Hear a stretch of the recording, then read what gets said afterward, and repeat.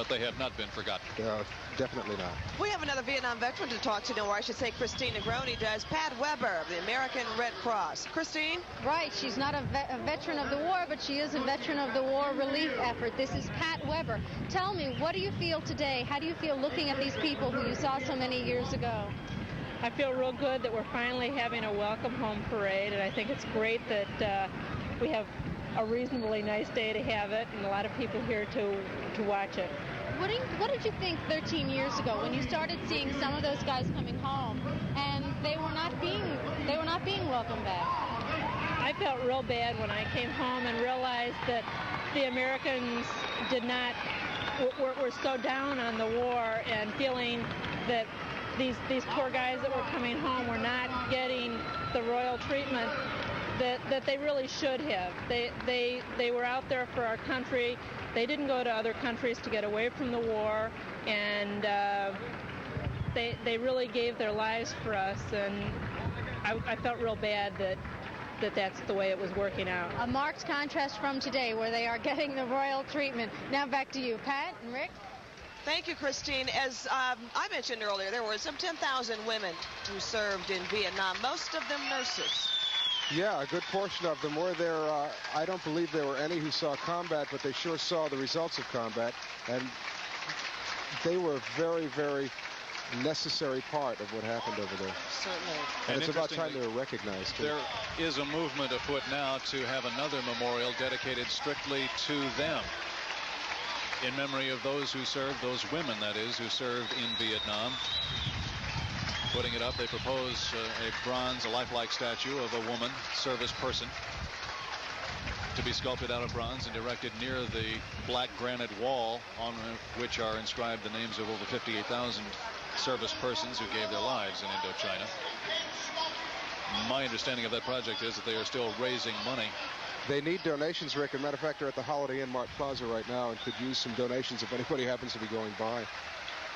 Also at the Holiday Mart Plaza, from what I understand, all of the Vietnam veterans gathered here in Chicago who want to locate friends, see if they're in town. There are registration offices at the Holiday Mart Plaza at the Americana Congress Hotel. That's pretty organized, Bob. It's extremely organized. Matter of fact, I don't have the list available right now. It's here someplace, but there are different units stationed at different hotels, and I believe you go to the Holiday Inn Mart Plaza, they'll tell you where to go to find exactly who you're looking for. The group representing Hines Veterans Administration Hospital again.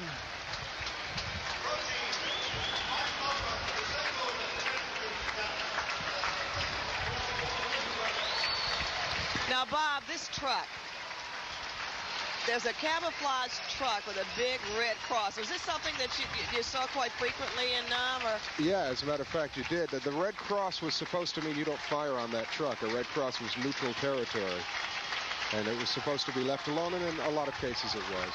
I like the sign. There are no strangers here, only friends we haven't met. That's in stark contrast with a very good point that Larry was making a couple of minutes ago about the anger and the violent demonstrations against the war. And this is not a parade that has, I think, any political connection. I've certainly not seen it. Whether you liked the war or you didn't like the war, the people who were in it were there for all of us, and this is their celebration. Exactly. Well, Rick, you yourself in Washington, D.C. at the time, I see this parade as a celebration. I think that's the way a lot of the Vietnam veterans view this parade as well, even though it is 13 years after. It's a celebration of the people who went. It has nothing to do with the war. There were people who were there who didn't like the war. None of us liked the war. None of us like war.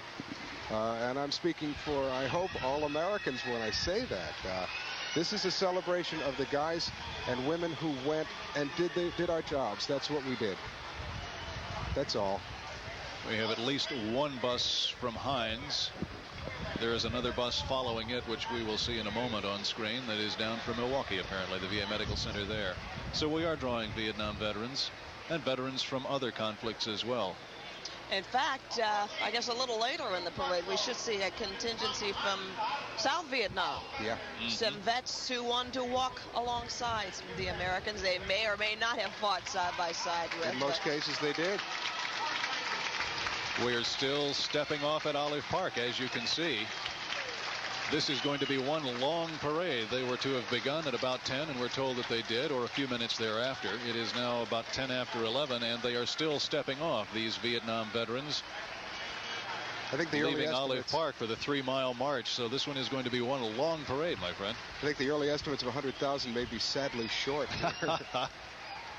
Well, as we've discussed, this is really a come one, come all. Anybody who wants to would be most welcome to march. Not only the veterans, but their family members, their friends, the wives, the kids. That's what's so nice about this parade. We see a lot of little children on the sidelines watching the parade and marching in it. There's a good example right there. A young man or a young lady. Carriage. Oh, look at that face. A little early for him, I guess.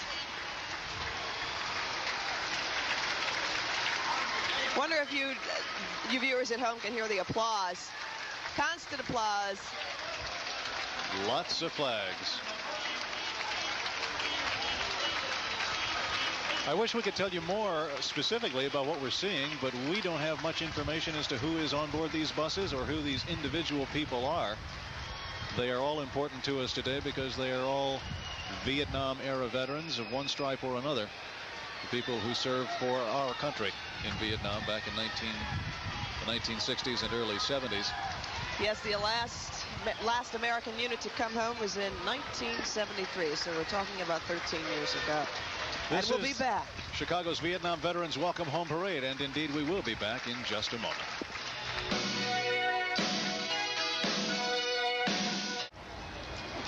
And we welcome you back live. I was going to say, would you say this is a little reminiscent of the Bears Parade? I'm thinking about the ticker tape here flying on the streets. Yeah, it is. There are a couple of things that distinguish this one from that one. It is about 40 degrees warmer, maybe 50 degrees warmer. It was 0 on the day of the Welcome Home for the Super Bowl Stars Parade. There is that. I have to think the crowd is a little bit smaller, but then we have a much longer line of march here than we had then, so perhaps we've got the same size crowd, just a little bit more spread out. It might be a little longer. They say 3.5 hours, but I don't know. This is really stretching out today. Absolutely huge. The biggest parade I've ever seen in my life. And one of the most exciting. We're looking at some of the POW MIA floats that are coming by now.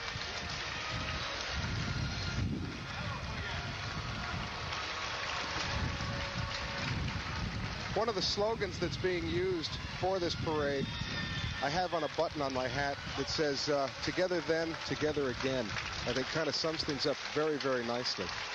It would be fun to point out that we had to buy these buttons, too, for $3 a throw. They're not giving them away. And that's all right. Frankly, I don't mean to be cynical, but I'm not sure where that money's going. It's going to the League of Families. It's going to the League of Families, these buttons that we bought.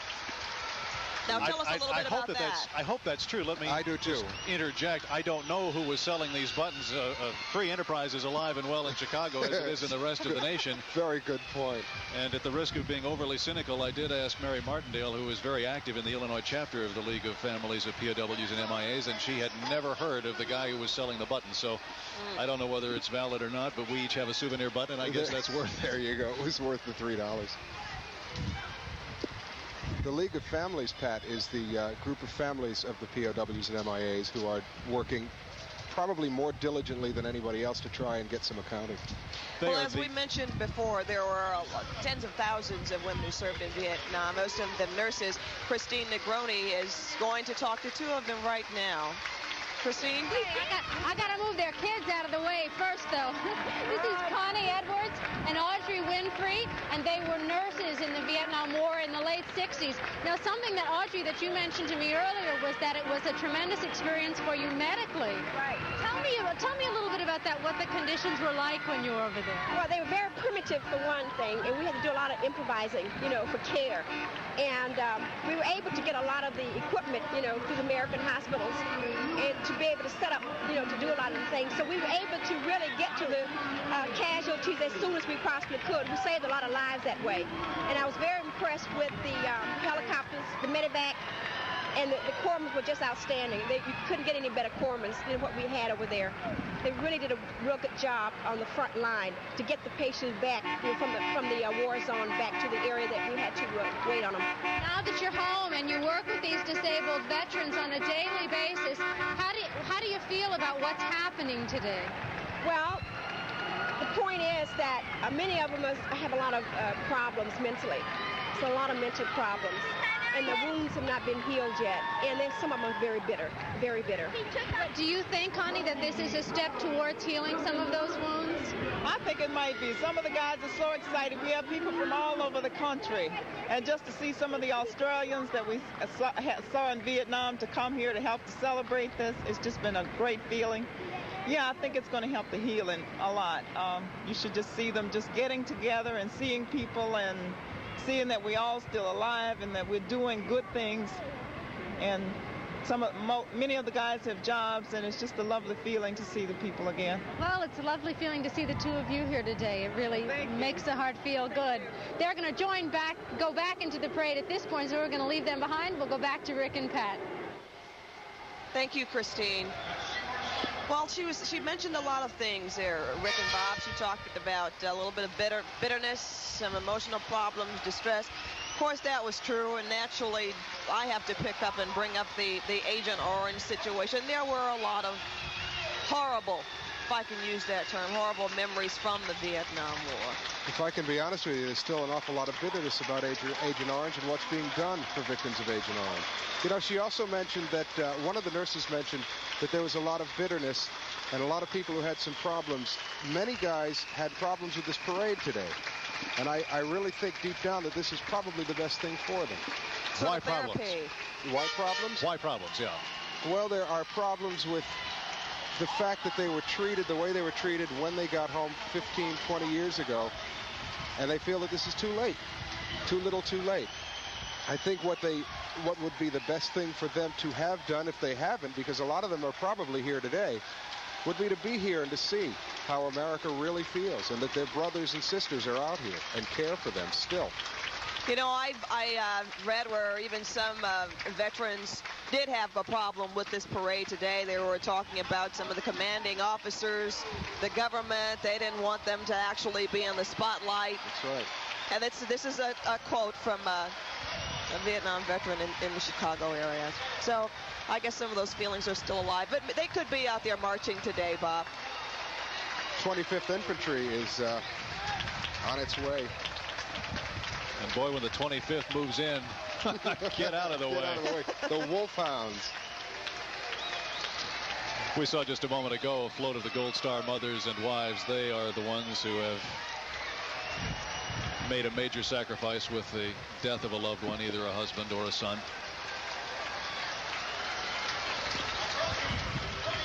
They also serve who merely waits. I don't think I gave that quote accurately, but it's a close paraphrase. Here comes the 25th. And we'll be back with more of the 25th Infantry Division and the other units marching in the Welcome Home Vietnam